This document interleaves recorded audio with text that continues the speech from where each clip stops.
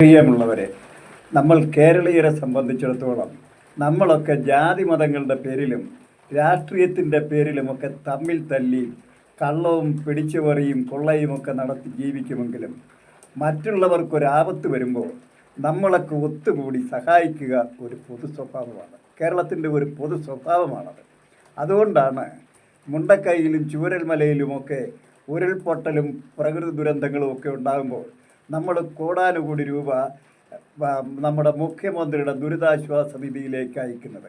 അതായത് കുട്ടികളുടെ കുടുക്കുകൾ പൊട്ടിച്ചും അമ്മൂമ്മമാരൊക്കെ ആട് വളർത്തി കന്നാലി വളർത്തിയൊക്കെ വിറ്റും അതൊക്കെ കോടാനുകൂടി രൂപ അദ്ദേഹത്തിൻ്റെ ദുരിതാശ്വാസ നിധിയിലേക്ക് നമ്മൾ എത്തിച്ചു കൊടുക്കും. എന്നാൽ ഈ കിട്ടുന്ന തുകയിൽ നിന്നൊക്കെ അത് ചിലവാക്കുന്നതിൻ്റെ കണക്കോ കാര്യങ്ങളോ ഒന്നും നമുക്കൊന്നും ഒരു കാലത്തും അറിയാൻ പോലും പറ്റുകയില്ല. അതിൻ്റെ ഒരുപാട് ഉദാഹരണങ്ങൾ നമ്മുടെ മുന്നിലുണ്ട്. എന്നിരുന്നാലും കൊടുക്കുന്നതിന് നമുക്കൊരു കുറവും വരുത്താൻ പറ്റുകയില്ല. ഇത്തവണ തന്നെ നിങ്ങളൊന്ന് ആലോചിച്ച് നോക്കൂ. ചൂരൽമലയിലെ ഉരുൾപൊട്ടലിൽ ഉണ്ടായതിന് ശേഷം നമ്മൾ 800 കോടി രൂപയാണ് അദ്ദേഹത്തിൻ്റെ ദുരിതാശ്വാസ നിധിയിലേക്ക് അയച്ചു കൊടുത്തത്. അതിനുശേഷം അദ്ദേഹം അത് ഇവിടെ 315 രൂപ 300 രൂപ വെച്ച് ദിനബത്തയും അതുപോലെ തന്നെ 6000 രൂപ വെച്ച് മാസവാടകയും കൊടുത്ത് ജനങ്ങളെ പാർപ്പിക്കുന്ന സംവിധാനം ഉണ്ടാക്കിയതിന് എത്ര കോടി ചിലവായെന്ന് 307 കോടി ചിലവായെന്ന് പറയും. ഭക്ഷണം കൊടുക്കുന്നതിന് ഇങ്ങനെ കുറേ കണക്കുകൾ പറഞ്ഞു കൂട്ടുന്നെന്നല്ലാതെ ഇവിടെ അവർക്ക് കിട്ടുന്നതൊക്കെ ആലോചിച്ച് നോക്കിയാൽ ഞെട്ടിക്കുന്ന കണക്കുകളാണ് പുറത്തു വരുന്നത്. അതൊക്കെ പോകട്ടെ, എന്ത് തന്നെ ആയാലും ആ പാവങ്ങളെ സംരക്ഷിക്കുന്നതിന് വേണ്ടിയുള്ള ചുമതല ഏറ്റെടുത്ത് ആരെങ്കിലും അത് നിർവഹിക്കുന്നുണ്ടോ ഇല്ലയോ എന്ന് പരിശോധിക്കുന്നതിനേക്കാൾ നല്ലത് അവർക്ക് വേണ്ടി നമ്മൾ എന്തെങ്കിലുമൊക്കെ ചെയ്യാൻ തയ്യാറാകണമെന്നുള്ളതാണ്. അവിടെ എത്ര പേര് മരിച്ചെന്നു? ആകെ 281 പേരെന്ന് പറയുന്നു. അതിൽ കൂടുതൽ കണക്കൊന്നും സർക്കാരിൻ്റെ കയ്യിലില്ല. കാണാതെ പോയവരുടെ കണക്കുമില്ല. ആകെ ജീവിച്ചിരിക്കുന്നവർ 400 കുടുംബങ്ങളുടെ കണക്കാണുള്ളത്. ഈ 400 കുടുംബങ്ങൾക്ക് ഏതാണ്ട് ഒരു കുടുംബത്തിന് 2 കോടി രൂപ വീതം ചെലവഴിക്കാനുള്ള തുക ദുരിതാശ്വാസ നിധിയിലേക്ക് അയച്ചു കൊടുത്തിട്ടും അവരിന്നും വഴിയാധാരമായി ജീവിക്കുന്ന ഒരവസ്ഥയാണ്. പിന്നെന്തായാലും ഒരാശ്വാസമുള്ളത് അവർക്ക് വേണ്ടി ഒരു ടൗൺഷിപ്പ് നിർമ്മിക്കാമെന്ന് സമ്മതിച്ച് അതിനുള്ള ഭൂമി ഏറ്റെടുത്ത് ടൗൺഷിപ്പ് നിർമ്മാണം തുടങ്ങിയിട്ടുണ്ട്. അത് നടത്തിക്കൊണ്ടിരിക്കുന്നത് ഊരാളുങ്കൽ കമ്പനി ആയതുകൊണ്ട് ഊരാളുകൾക്ക് മാത്രമേ നമ്മൾ ഈ കോൺട്രാക്ടറൊക്കെ കൊടുക്കാറുള്ളൂ.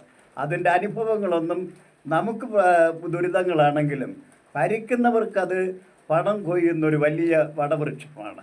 അതിന് മനസ്സിലാക്കേണ്ടത് നമ്മളിവിടെ പാവപ്പെട്ടവർക്ക് വീട് വെച്ച് കൊടുക്കുന്ന ലൈഫ് മിഷൻ പദ്ധതിയിലുണ്ടാക്കിയ ഫ്ലാറ്റുകളും വീടുകളും ഒക്കെ ചോർന്നൊലിക്കിച്ച് അവരൊക്കെ വെള്ളം കുടിച്ച് മരിക്കാതെ മരിച്ചുകൊണ്ട് ജീവിച്ചു കൊണ്ടുവരിക്കുന്നത്.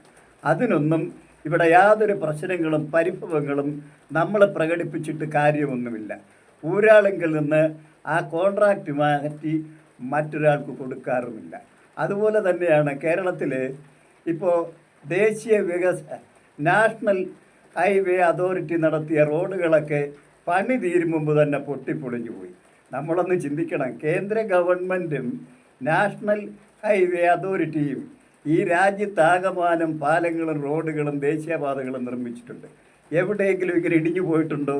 എങ്ങും ഇടിഞ്ഞു പോകാറില്ല, എങ്ങും തകർന്നു പോകാറില്ല. കാരണം കേരളത്തിൽ തകർന്നു പോകും. അതിന് പ്രത്യേകിച്ച് പറയേണ്ടതില്ലല്ലോ. കേരളത്തിൽ ഏത് കമ്പനി ഏത് പരിപാടി നടത്തിയാലും ഏത് കോൺട്രാക്റ്റ് എടുത്താലും അത് കേന്ദ്ര ഗവൺമെൻറ്റിൻ്റെ ആയാലും ലോകബാങ്കിൻ്റെ ആയാലും ഏത് ബാങ്കിൻ്റെ ആയാലും കേരളത്തിൽ വന്ന് കാലുകുത്തുന്ന ഏത് കമ്പനി ആയാലും ഇവിടെ ഞങ്ങൾ സഖാക്കൾക്ക് കമ്മീഷൻ കിട്ടിയേ മതിയാകും. സഖാക്കൾക്ക് എന്ന് പറയുന്നത് കമ്മീഷൻ മാത്രമല്ല, നോക്കൂലിയും കിട്ടണം. ഏതാണ്ട് 40% സകല പദ്ധതികളിൽ നിന്നും കമ്മീഷൻ മേടിച്ച് ശീലിച്ചവരാണ് ഞങ്ങൾ. കാരണം ഈ പാർട്ടി ഓഫീസുകളും ഭരണം പിടിച്ചെടുക്കലുമായി നടക്കുന്നതിന് ചിലവാക്കുന്ന കോടികൾ ഒരു ബാങ്കിൽ നിന്ന് തന്നെ 180 കോടി രൂപയാണ് തട്ടിച്ചെടുക്കുന്നത്. ഇങ്ങനെയൊക്കെ തട്ടിച്ചെടുത്താണ് ഈ ഭരണം ഇവിടെ നിലനിർത്തിക്കൊണ്ടു പോകുന്നത്. അതിനുവേണ്ടി ഈ നടത്തുന്ന കോപ്രായങ്ങളൊന്നും അവസാനിപ്പിക്കണമെന്ന് പറഞ്ഞിട്ടൊരു കാര്യമില്ല. അതവർ നടത്തിക്കൊണ്ടേയിരിക്കും. നടത്തിക്കോട്ടെ.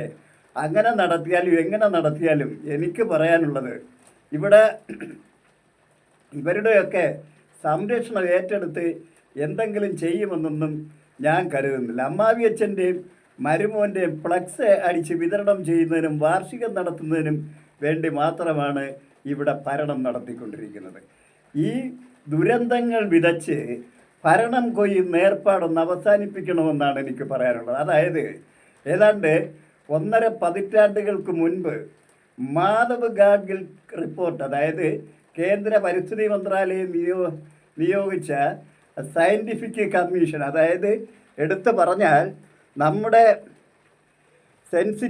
ഇക്കോളജിക്കൽ സെൻസിറ്റീവ് സോൺ തരംതിരിച്ച് സംരക്ഷിക്കാൻ കഴിയണമെന്ന് ഗാഡ്ഗിൽ കമ്മിറ്റി റിപ്പോർട്ട് ഇവിടെ സമർപ്പിച്ചു.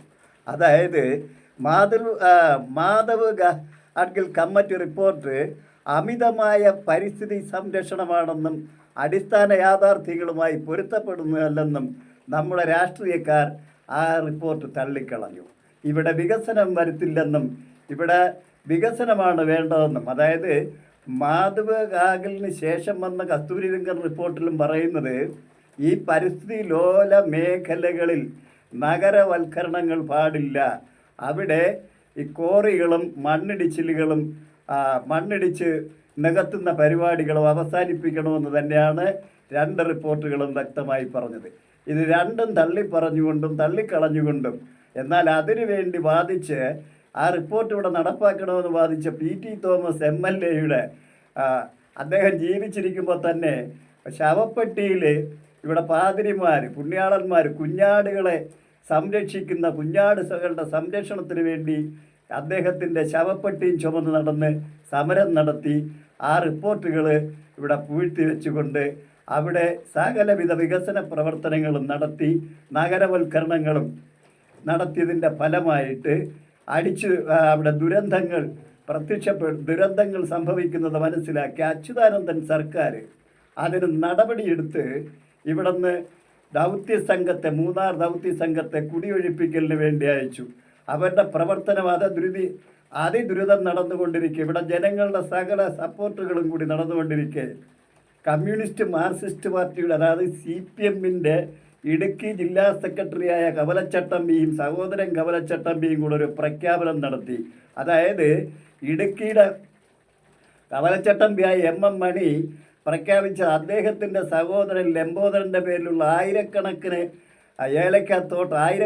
ഏക്കർ ഏലക്കാത്തോട്ടവും കോടാനുകോടി രൂപയുടെ സമ്പത്തും നഗരവൽക്കരണവും ഒന്നും ഇടിച്ച് പൊളിക്കാൻ പാടില്ല, അഥവാ പൊളിച്ചാൽ കാല് വെട്ടുമെന്ന് ഇടുക്കിയിൽ MM മണി പാർട്ടിയുടെ CPM ജില്ലാ സെക്രട്ടറി ആയിരുന്ന MM മണി പ്രഖ്യാപിച്ചപ്പോൾ ഒന്നും ചെയ്യാനാവാതെ അച്യുതാനന്ദനിങ്ങ് മടങ്ങിപ്പോയി.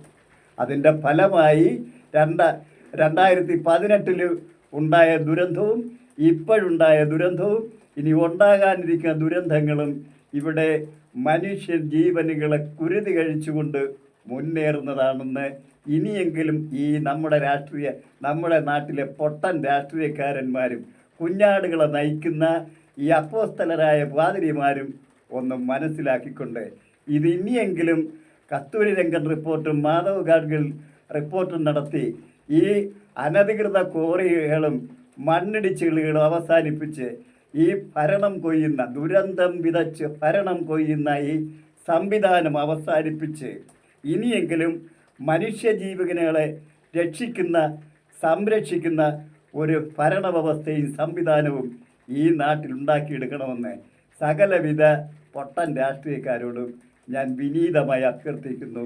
Good bye.